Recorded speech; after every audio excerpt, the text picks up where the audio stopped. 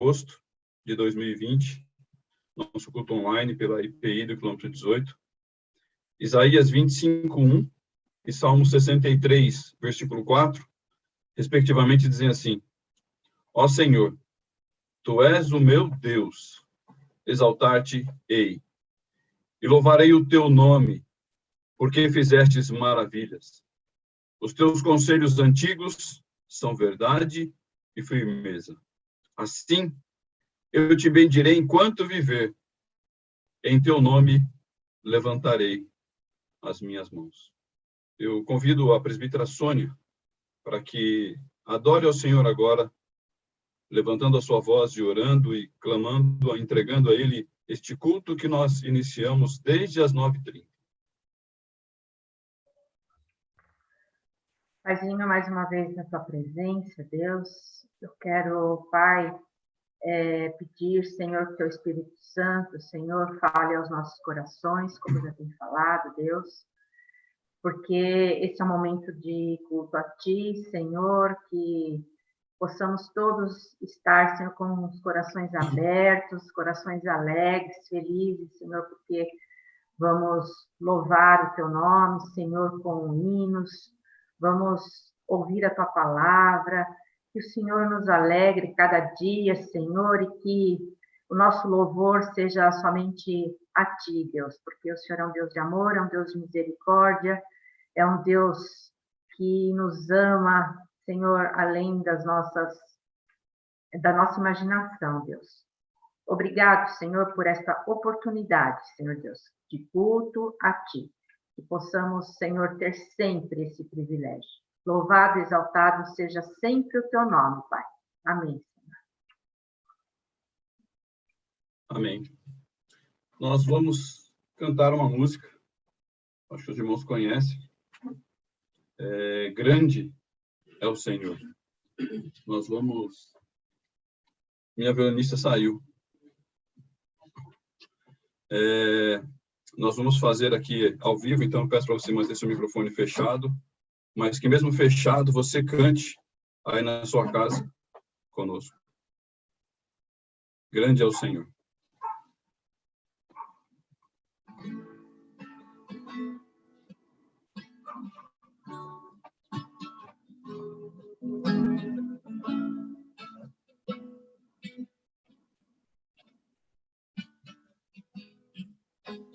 Grande é o Senhor e muito digno de louvor. Na cidade do nosso Deus, seu santo monte, a alegria de toda a terra.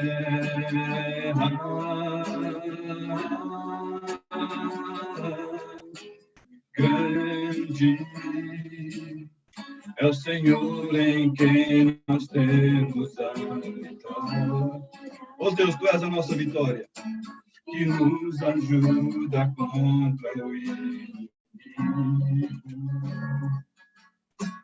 Por isso, diante dele nos prostramos.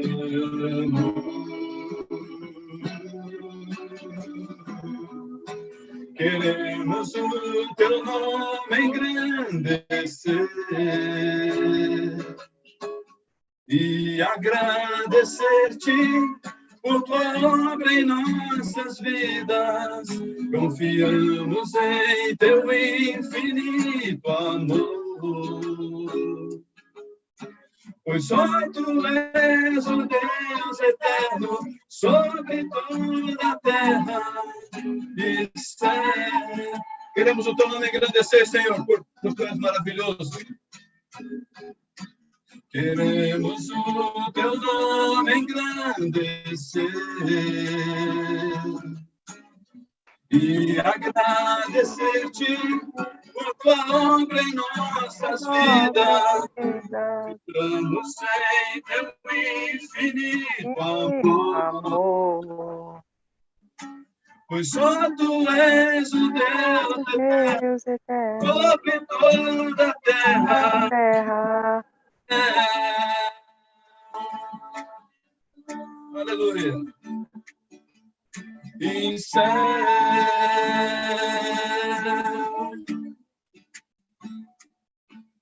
E céu. Aleluia. Aleluia. Salmo 86, versículos 5 a 8, diz assim: Pois tu, Senhor, és bom e pronto a perdoar, e abundante em benignidade para todos os que te invocam. Dá ouvido, Senhor, à minha oração, e atende à voz das minhas súplicas.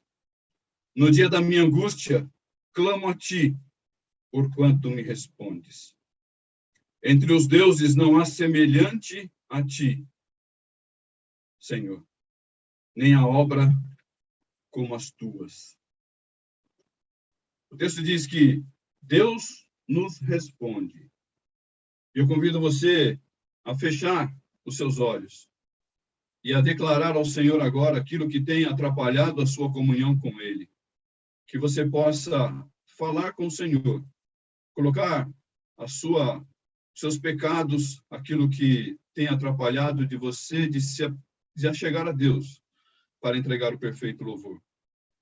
E depois de alguns instantes, eu convido a presbítera Sara para que eleve a Deus uma oração pedindo perdão pelas nossas falhas, pelos nossos pecados, que o Senhor cancele a multidão dos nossos pecados.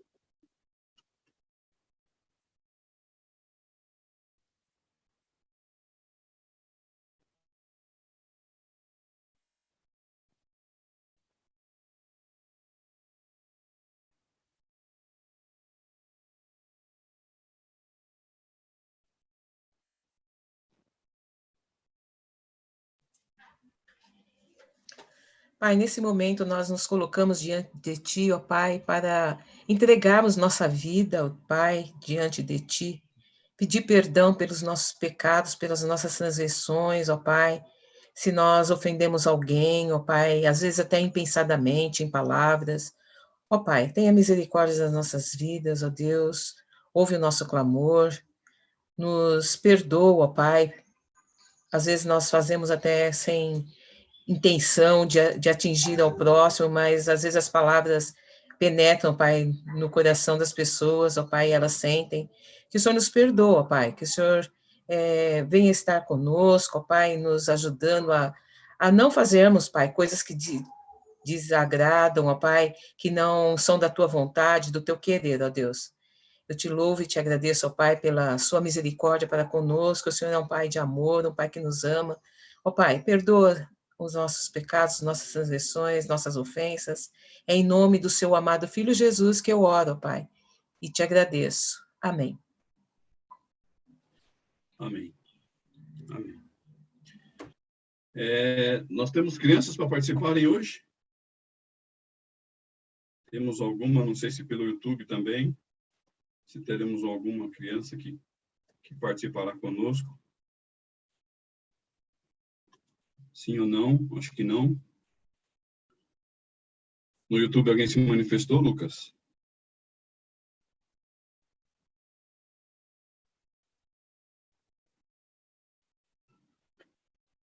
É que acho que pelo YouTube demora um pouquinho, tem um pequeno delay, né? Então a gente espera só um pouquinho para saber se vamos ter pelo YouTube alguma criança no chat. Por enquanto não.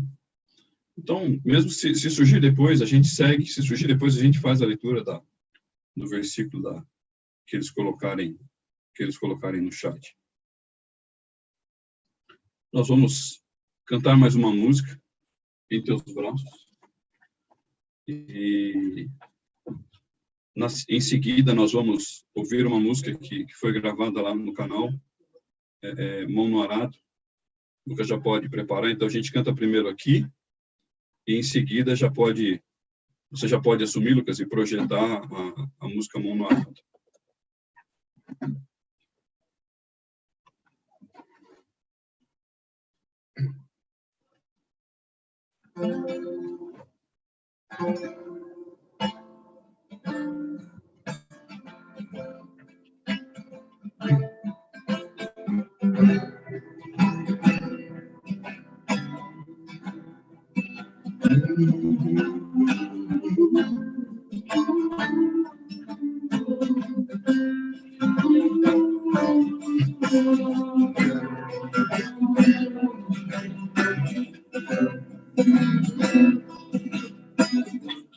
Seguro estou nos braços daquele que nunca me deixou.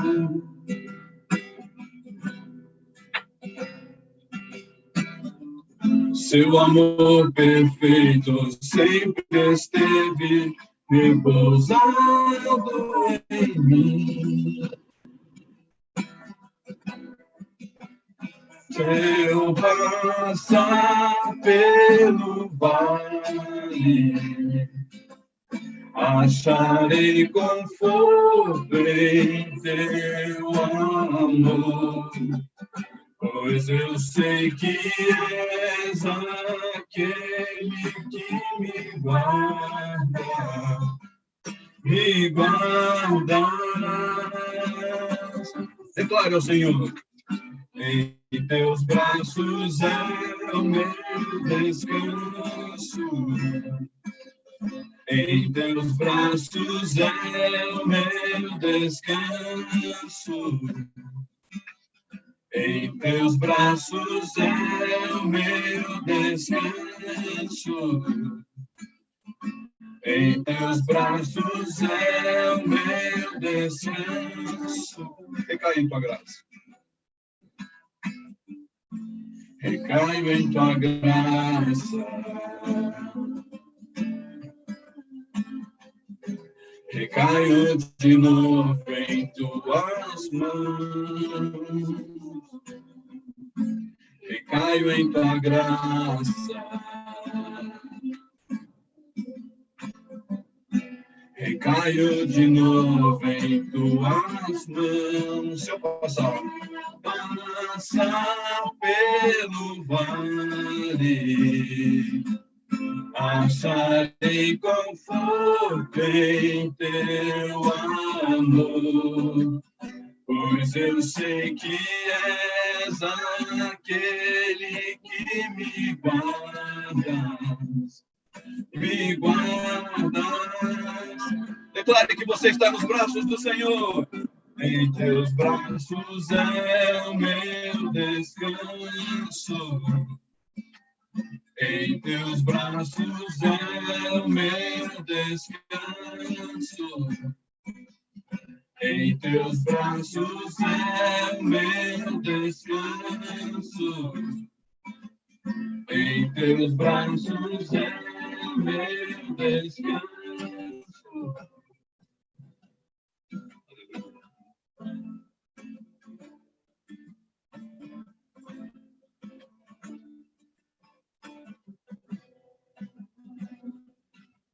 Em teus braços, Senhor.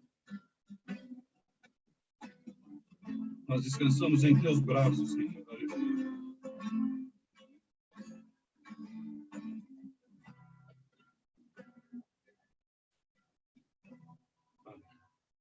Que nós descansemos nos braços do Senhor.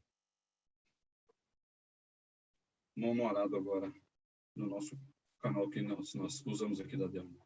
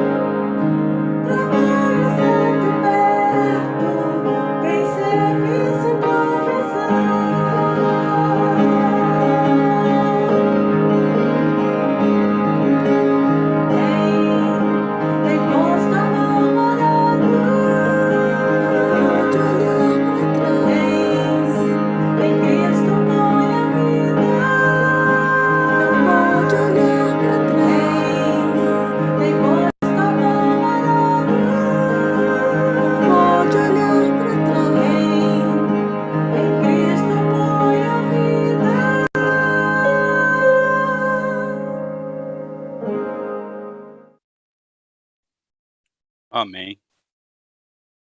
Linda essa música, né? Lança semente, espalha pelo chão, planta em tua terra, faz do teu trabalho a tua guerra. Na verdade, a mensagem de hoje é um resumo dessa música, irmãos. Ontem, eu sei que todo esse planejamento ele não foi muito longo, né? Decidimos isso, acho que foi na quarta ou na quinta-feira, né, Rubens? Que com relação a essa saída do pastor, nós iríamos tentar fazer isso ao vivo, mas o convite surgiu muito em cima. Aí a Delma falou, mas tem essa música gravada lá no YouTube, e eu escutei, eu falei, ela é um resumo do sermão de hoje. Então eu gostaria que você prestasse atenção na mensagem, e depois você olhasse a letra dessa música, e ela tem tudo a ver com o texto de Filipenses. De uma forma paralela, Filipenses capítulo 1, do verso 27 ao verso de número 30. Filipenses, o primeiro capítulo, verso de número 27 até o de número 30. Antes da leitura, eu vou fazer uma oração para que o Senhor possa tomar as nossas vidas neste momento mais uma vez e tomar as nossas mentes e os nossos corações. Senhor, toma agora, Senhor, as nossas mentes, toma os nossos corações, e que a Tua palavra possa penetrar, Senhor, em nossas vidas, mais uma vez. Que possa, Senhor, trazer mudança, que ela possa nos renovar, que ela possa nos abrir os olhos, que ela possa nos fortalecer, que ela possa, Senhor, nos conduzir, uma vez mais, para sermos usados e ousados na Tua obra. Que nós aprendamos nesta manhã contigo, com Teu Santo Espírito, que Ele fale com Teu povo, Senhor, através desta meditação. Porque, Senhor, tudo é Teu, porque todas as coisas são Tuas, e tudo foi formado, Senhor, para a Tua honra e para a Tua glória. Em nome de Jesus. Amém. Amém. Filipenses, capítulo 1, do verso 27 ao 30, eu convido você a deixar a sua Bíblia aberta. Eu não vou fazer a leitura toda de uma vez, eu vou fazer ao longo da mensagem, eu vou visitar esse texto, e para que essa mensagem ela fique clara aos nossos corações, eu entendo ser importante falar um pouco do contexto. Eu queria falar, esse texto fala da cidade de Filipos. Então, a cidade de Filipos tinha cerca de 10 mil habitantes. Ela era uma colônia, e a colônia mais importante de Roma. E ela não estava perto, irmãos, ela estava a 1.300 quilômetros de distância de Roma. Paulo sabia tudo isso. Em Filipos havia muitos romanos, e romanos têm os seus direitos, né? Aqueles direitos especiais de romanos que devem ser atendidos. Mas na maioria da cidade era composta por gentios. Paulo, na sua segunda passagem, na sua segunda viagem missionária, ele foi guiado pelo Espírito Santo e ele fundou uma igreja em Filipos. Foi lá que ele e seus companheiros conheceram uma mulher chamada Lídia. O Senhor abriu a mente e o coração dessa mulher, para que ela pudesse entender as coisas que Paulo dizia. Movida pelo Espírito Santo, ela creu no Senhor, foi batizada, e assim surge na cidade de Filipos mais uma igreja fundada pelo apóstolo Paulo. E essa igreja tinha uma particularidade. Ela era composta inicialmente por um grupo de mulheres. Sempre as mulheres, né, irmão? Esse é um panorama da cidade de Filipos. E o panorama da igreja de Filipos. A igreja ali formada sofria pressão de todos os lados. O chamado sincretismo religioso era muito forte dentro da igreja. O que é o sincretismo religioso? Eles formaram a igreja, mas as pessoas que se convertiam levavam consigo muitos conceitos, costumes, rituais de outras religiões, mas coisas que não eram condizentes com o evangelho de Cristo.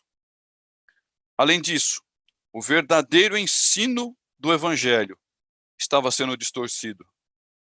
Um bom exemplo é que as pessoas consideravam que o sofrimento dos crentes que era algo inadequado. A partir do momento que você se convertia, pregava-se que você já não devia mais sofrer.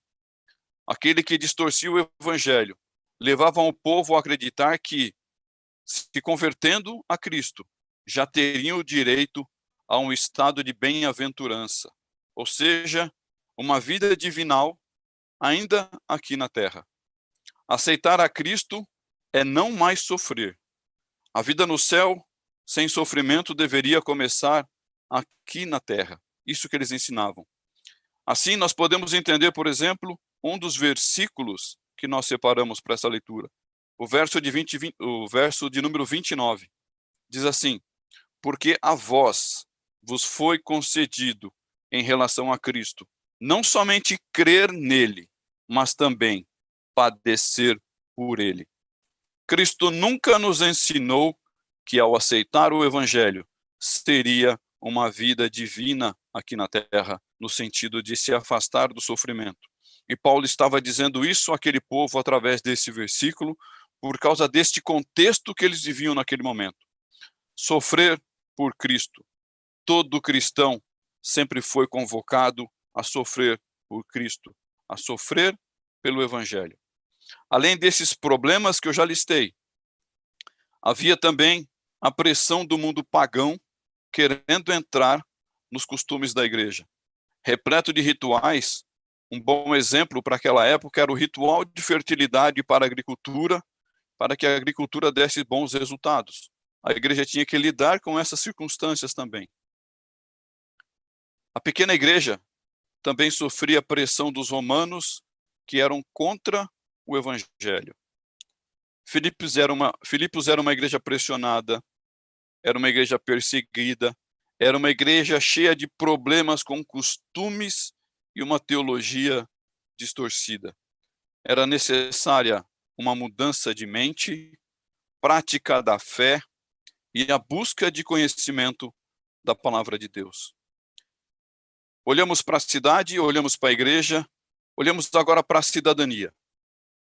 Os romanos que lá viviam tinham o direito a todos os privilégios atribuídos aos cidadãos romanos que viviam em Roma. Violar o direito de um cidadão romano era passivo de punição aos transgressores. Querem um bom exemplo disso na Bíblia? Atos 16. Paulo e Silas foram açoitados. Paulo reivindica o seu direito de cidadão romano. E os agressores tiveram que voltar e obrigatoriamente se desculpar com Paulo.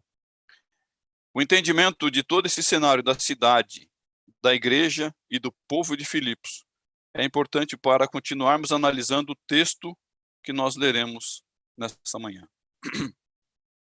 A condição daquele povo em viver o evangelho de forma correta dentro e fora da igreja era muito difícil. Por isso, no verso 27, Paulo inicia assim: somente deveis portar-vos dignamente conforme o evangelho. Ou seja, tudo aquilo que nós listamos acima, eles deveriam fugir de todas aquelas circunstâncias, para que, quer vá, e vos veja, quer esteja ausente, ouça acerca de vós, que estáis no mesmo espírito, combatendo juntamente com o mesmo ânimo pela fé do Evangelho. Essa palavra, esse conjunto de palavras, deveis portar-vos, originalmente, ele está dizendo sobre viver, né? E o termo grego é viver na polis, viver na cidade, que deriva de politeia, viver na cidade como cidadão. É isso que diz este primeiro versículo. Ele caminha na direção na qual o apóstolo Paulo está intimando os cristãos a uma vida de cidadania. Aquilo que é obrigação de todos nós, uma vida de cidadania. O foco no texto original está realmente na vida cotidiana, mas Paulo faz um paralelo e emenda com a vida com Cristo. Eu vejo como muito lindo essa visão de que Paulo coloca nesse paralelo de vida de cidadão para o seu país e cidadão cristão. Ficaria mais ou menos assim o original. Comportai-vos como cidadãos, de modo digno também das alegres novas de Cristo, como da cidade de Roma. Cidadão do céu, cidadão da terra. O apóstolo, nesse versículo, junta as duas cidadanias. Cidadão do céu, vivendo como cidadão da terra. Usando o exemplo da cidadania romana, ele ensina que, para que a vida com Cristo tenha o mesmo rigor, o mesmo respeito, a mesma dedicação e a mesma obediência de que ela era tida naquela época para com a cidadania romana. Nós podemos confirmar que esta visão de Paulo é verdadeira quando olhamos para Filipenses 3:20. Mas a nossa cidade está nos céus, de onde também esperamos o Salvador, o Senhor Jesus Cristo.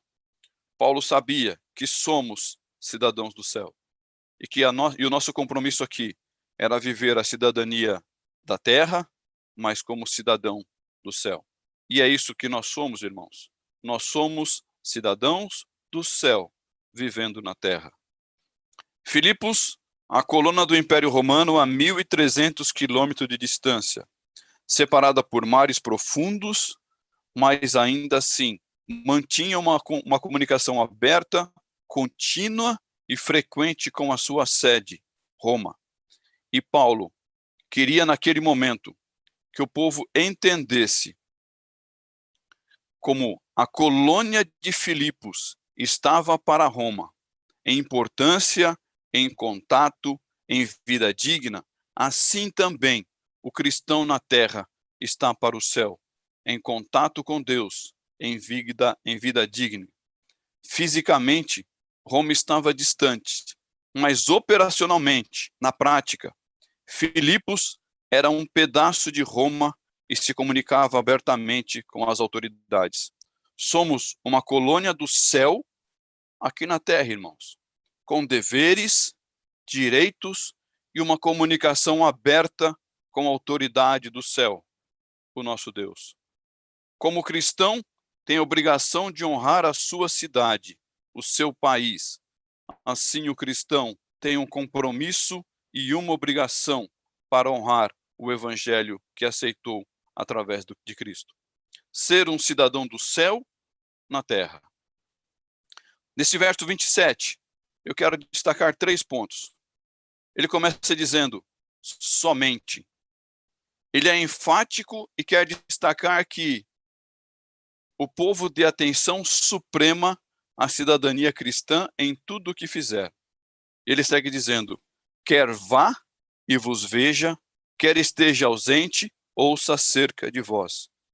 O evangelho não é só a mensagem que traz libertação dos pecados, mas o evangelho também traz mudança de comportamento. O evangelho transforma vidas. Ele obrigatoriamente, irmãos, traz mudanças. Você já avaliou a sua cidadania cristã? Qual o tamanho do seu compromisso? O que as pessoas falam de você? As suas atitudes possuem bom testemunho? A Bíblia tem sido realmente o seu manual de cidadania cristã? Isso serve para cada um de nós. E era isso que Paulo estava chamando a atenção daquele povo. Outra parte do versículo 27 que eu quero destacar. Ele diz, estais no mesmo espírito. Estais é uma metáfora, significa ficar firme. É uma metáfora militar. Fiquem juntos para que um fortaleça o outro. Essa mesma mensagem serve para nós nos dias de hoje. Como nós falamos pela manhã na reunião de oração, vivemos um momento difícil, um momento de afastamento presencial, mas assim ainda é possível que estejamos juntos, ficando juntos. Um fortalecerá o outro. No mesmo espírito, ele segue dizendo, o mesmo espírito é sempre sinônimo da mesma visão, de unidade, do caminhar junto, do mesmo objetivo. Quando olhamos para o texto, ele se refere ao espírito humano. Alguns teólogos dizem que deveria ser no mesmo espírito, mas o espírito com E maiúsculo do Espírito Santo. E eu concluo que essa definição é irrelevante, porque para que haja cooperação harmônica, para que tenhamos o mesmo espírito, se for na letra minúscula, de toda forma, como corpo de Cristo, precisaremos do Espírito Santo, do Espírito com letra maiúscula, com E maiúsculo, em nossas vidas. O nosso mesmo Espírito, a nossa unidade, depende da presença do Espírito Santo em nosso meio. Nós fomos batizados em um Espírito, e todos bebemos deste mesmo Espírito, e nós formamos o corpo de Cristo. O verso 27 ainda diz, mesmo ânimo. Com o mesmo ânimo, é literalmente com a mesma alma. O lugar dos sentimentos, dos desejos, das paixões. Vivam com todas as forças o verdadeiro evangelho. Mesmo ânimo, ele está dizendo, irmãos, mesmo propósito, mesma vontade em servir, mesma dedicação, mesma visão, mesmo envolvimento. Temos tudo isso como irmãos. A nossa igreja do quilômetro 18, temos os mesmos propósitos, temos as mesmas vontades em servir, a mesma dedicação, a mesma visão. Temos todos o mesmo envolvimento. Paulo está pedindo para que o povo de Filipos tenha o mesmo ânimo. E é tudo isso. E nós, do quilômetro 18, temos que ter o mesmo ânimo para que sirvamos ao Senhor com alegria. O verso 28 diz, em nada vos espanteis dos que resistem. O que para eles, na verdade, é indício de perdição, mas para vós de salvação, isto de Deus. Paulo não destaca quem seriam os adversários da igreja. E eu creio que para Paulo isso é relevante. Mas reforça que não deveriam estar intimidados com eles.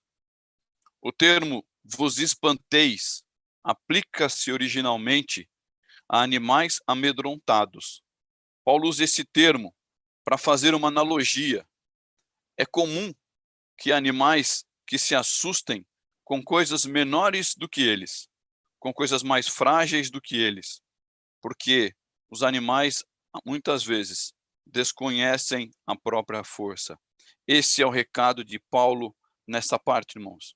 É isso que Paulo está dizendo. Vocês não sabem a força que possuem. Não que essa força venha do ser humano. Por isso quero lembrar o que disse Moisés em Deuteronômio 31. Esforçai-vos e animai-vos. Não temais, olha aqui de novo, nem vos espanteis, o mesmo termo usado por Paulo, diante deles. Por quê? Porque o Senhor teu Deus é o que vai contigo, não te deixará, nem te desamparará. É isso que Paulo está dizendo para o povo. Não se espante, não tenham medo como têm os animais, que não sabem a força que têm. Vocês não sabem quem está por trás desse ministério. Quem é que está adiante dessa igreja? Deus vai adiante do teu povo. Ainda no verso 28, quando Paulo fala, o que para eles, na verdade, é indício de perdição. Paulo refere-se à firmeza na fé do Evangelho e ao valor do Evangelho. Qual o recado de Paulo nesse versículo? Além das palavras de ânimo e motivação para que seguissem firme, ele está dizendo, na mesma medida que aqueles que se opõem ao Evangelho ainda não entenderam o que é o verdadeiro Evangelho, vocês também ainda não entenderam a grandeza do poder de Deus na vida de cada um de vocês. Esse é o fundamento do recado desse versículo do apóstolo Paulo aos irmãos da igreja de Filipos.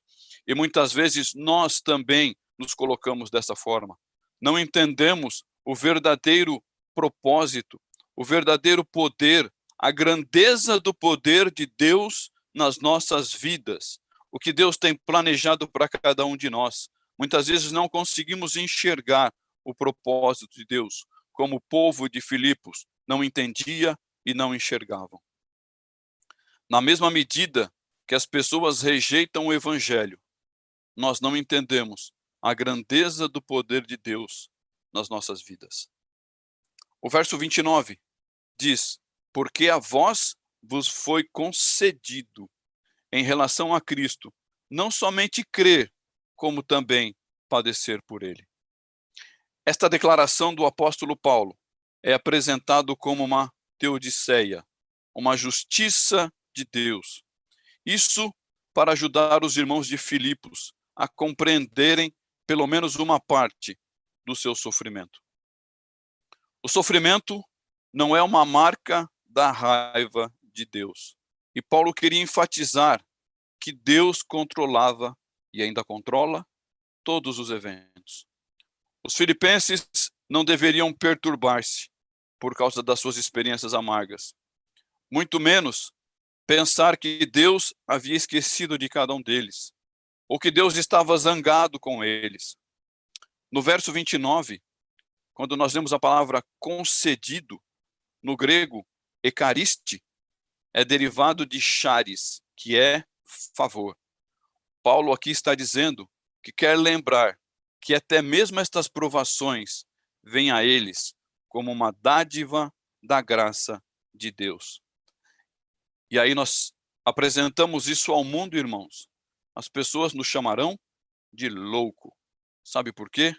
Só entende sofrer pelo Evangelho aqueles que entendem o que é a cruz de Cristo. O que é o sofrimento de Cristo na cruz. Aqueles que não entendem o sofrimento de Cristo na cruz. Aqueles que não conhecem o verdadeiro significado da cruz de Cristo. Não entendem o que é sofrer pelo Evangelho. Paulo mostra aos seus irmãos que não há maneira mais real de conhecer a verdadeira expressão de cristão, senão mediante a identificação pessoal com Cristo e a sua cruz.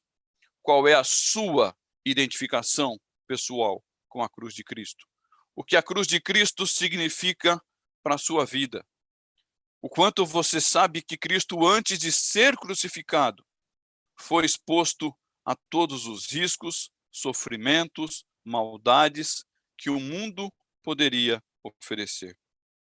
Paulo está dizendo ao povo de Filipos, se reclamamos daquilo que sofremos, deveríamos antes compadecer do sofrimento de Cristo e nos perguntar, o que fez Cristo para merecer tanto sofrimento e humilhação? O que fez Cristo para merecer uma morte na cruz? Assim como a fé em Cristo e na salvação é um dom, assim também o sofrimento por causa do Evangelho, por causa de Cristo, é sim, irmãos, um dom de Deus. Cristo, que não errou, não fez nada para ser punido, inocente em tudo, viveu sem pecado, morreu humilhado e condenado. Padecer por Cristo, pelo Evangelho de Cristo, é graça divina. Quando estivermos vivendo momentos difíceis em prol do Evangelho, lembremos que o símbolo do Evangelho é a cruz de Cristo. O símbolo do Evangelho é sim sofrer. Porque Cristo, aquele que veio aqui inocente, viveu e sofreu todas as dores terríveis. Porque nós, sendo seus discípulos, teríamos uma vida diferente da que ele teve aqui. E por último, o verso 30 diz: tendo o mesmo combate que já em mim tende visto, e agora ouvis estar em mim. Paulo usa o seu testemunho de vida para mostrar que chama o povo para a unidade. Tenham o mesmo combate que vocês viram em mim, e que ainda agora vocês ouviram que ainda é o meu. Não existe crescimento da igreja sem que haja unidade. Vocês sabem que uma igreja crescer não deve ser o objetivo da igreja. Nós não devemos almejar o crescimento da igreja, irmãos. Isso pode chocar, não é verdade? Mas o crescimento de uma igreja, ela deve ser consequência. A igreja deve crescer por consequência, porque através da nossa unidade, através do nosso trabalho, através da nossa dedicação, através do nosso amor ao Evangelho, servir ao Senhor, cada um poder colocar a sua vida em prol do Evangelho. O crescimento da igreja será uma consequência e não uma meta. A meta da igreja deve ser a unidade, deve ser a adoração, deve ser servir. E é isso que Paulo está tentando mostrar aqui. E é isso que nós temos que ter para as nossas vidas. Não temos que almejar que a igreja cresça, mas temos que almejar, sim, a unidade da igreja, o amor, a adoração, o servir, o sofrer pelo Evangelho. Com essas atitudes, a igreja crescerá, mas crescerá por consequência. Porque as pessoas ouvirão e entenderão o que é o verdadeiro Evangelho. Por causa do Evangelho de Cristo, o apóstolo Paulo foi acusado injustamente, foi lançado na prisão, foi maltratado, foi espancado. Mas, apesar de todo esse sofrimento, ele diz: combati o bom combate, completei a carreira e guardei a fé. O que Paulo está dizendo é: eu permaneci firme. A situação será difícil. Tudo isso que nós almejamos para a igreja são coisas difíceis de acontecer. Difíceis porque o ser humano é difícil de comprometimento. Para muitas pessoas a igreja não é uma prioridade, é um segundo plano. Então Paulo chama a atenção para que haja unidade. Se nós almejamos a unidade, se nós almejamos o servir, consequentemente, nós teremos uma igreja forte. Enfrentar as dificuldades em nome de Cristo. Ser um cristão fiel ao seu Senhor. O convite de Paulo para o seu povo é um cidadão do reino de Deus, trabalhando aqui na terra. Aquilo que a igreja de Filipenses passou, nós também passamos nos dias de hoje. Somos convocados, irmãos, a permanecermos firmes, unidos. Devemos ser cristão, cidadão do céu, vivendo aqui na terra. Seguindo o manual do cristão, seguindo a Bíblia, na determinação de agradar a Deus com o nosso exemplo de vida. Vivendo em unidade, um só corpo. Não existe plural para essa palavra no Evangelho de Cristo. Um só Espírito, um só corpo, o mesmo ânimo, a mesma direção, crendo que Deus está com o seu povo. Eu creio, Deus está conosco. Ciente, irmãos, que sofreremos, enfrentaremos dificuldade de todos os tipos, mas isso não é novidade, porque o ministério de Cristo foi o ministério sofrido. O seu ministério teve como símbolo uma cruz. O sofrer por Cristo é apontado por Paulo como um sinal da salvação, um selo pela escolha em seguir a Cristo. Mas, acima de tudo, acreditamos na graça e na misericórdia de Deus. Assumimos que somos, sim, cidadão do céu e que pela graça, tal qual Cristo e os apóstolos venceram, nós também venceremos a nossa passageira jornada aqui na terra e com Cristo reinaremos. O segredo é fixar os olhos em Cristo e não no sofrimento que é passageiro. Paulo foi cidadão romano, mas acima de tudo, foi cidadão do céu aqui na terra. Honrou a sua cidadania romana, mas acima de tudo, honrou a sua cidadania cristã.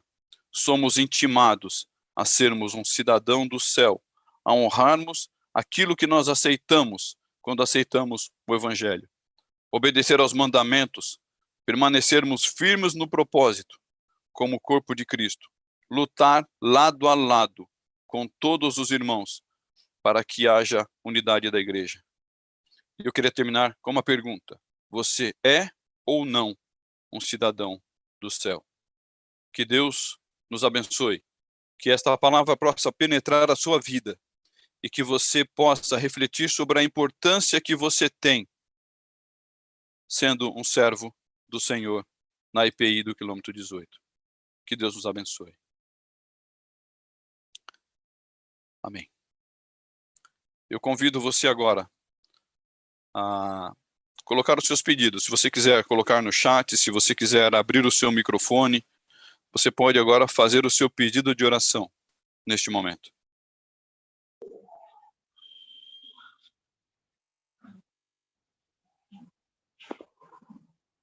Oi, pastor. Oi. Pode ir lá. Como é? Orlando? Vai ir lá? Orlando, Oi? tá escutando? A Ruth mandou uma mensagem para mim que hoje ela não ia poder participar, porque ela está desde ontem na casa da mãe dela, com problema lá com os irmãos. Então ela pediu oração, tá? A Ruth. Tá bom. Problemas da família. Então vamos orar. Ela mandou para mim essa mensagem também.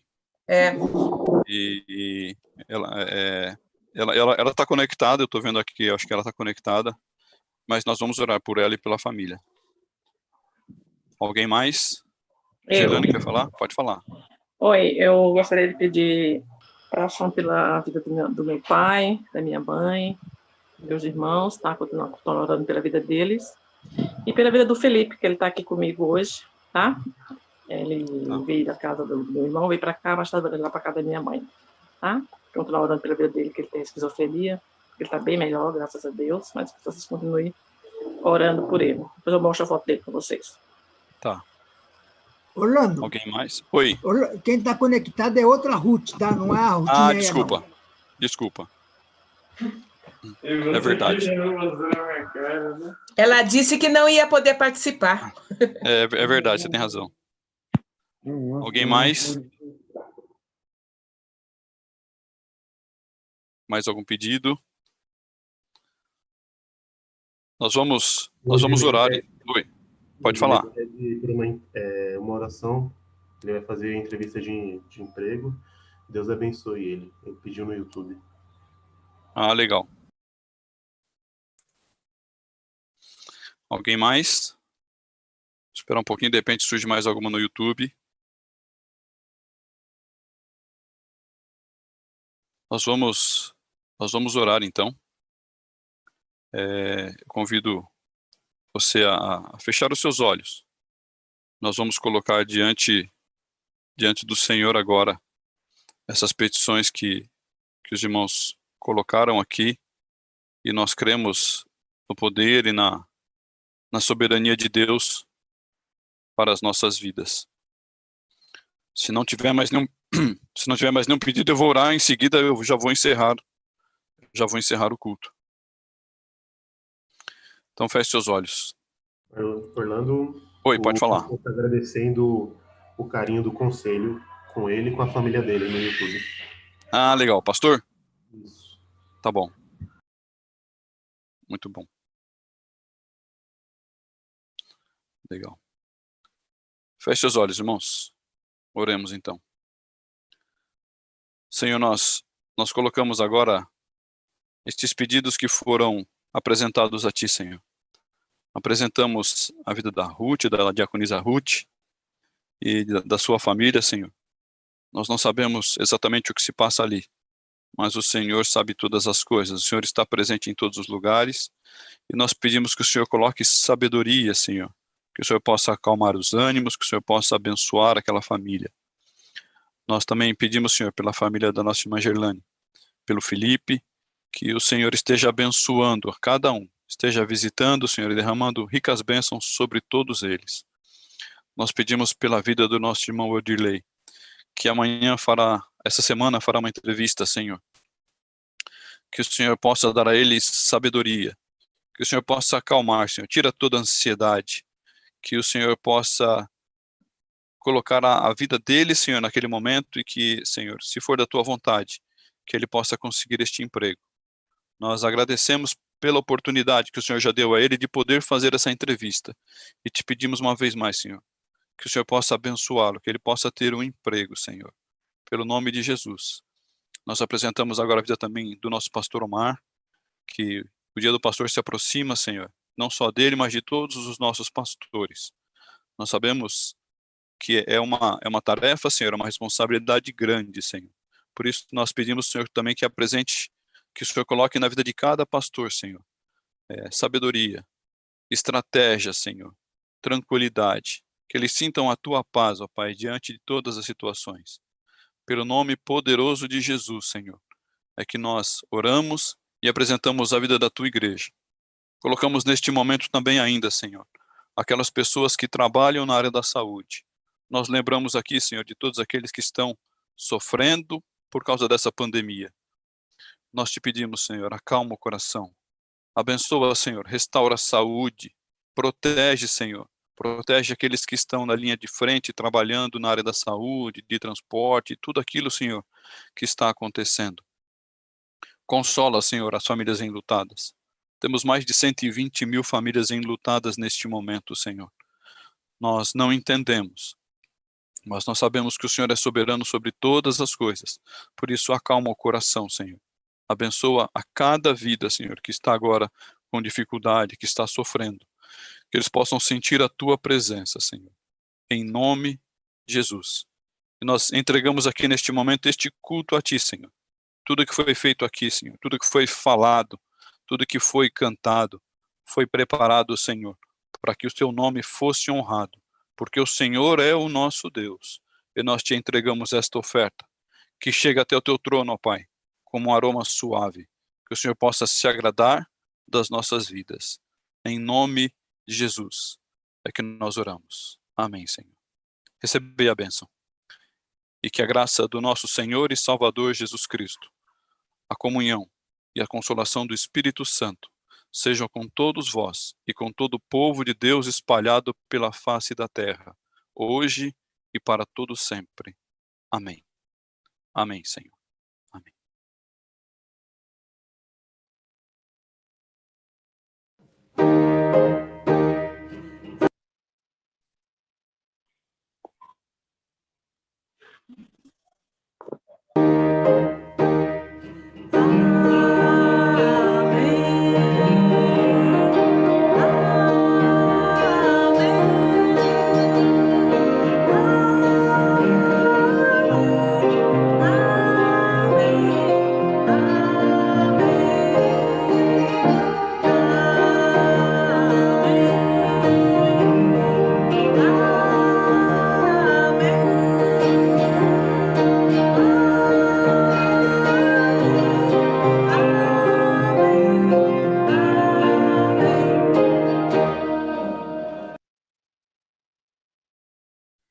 Amém. Encerramos o nosso culto, irmãos.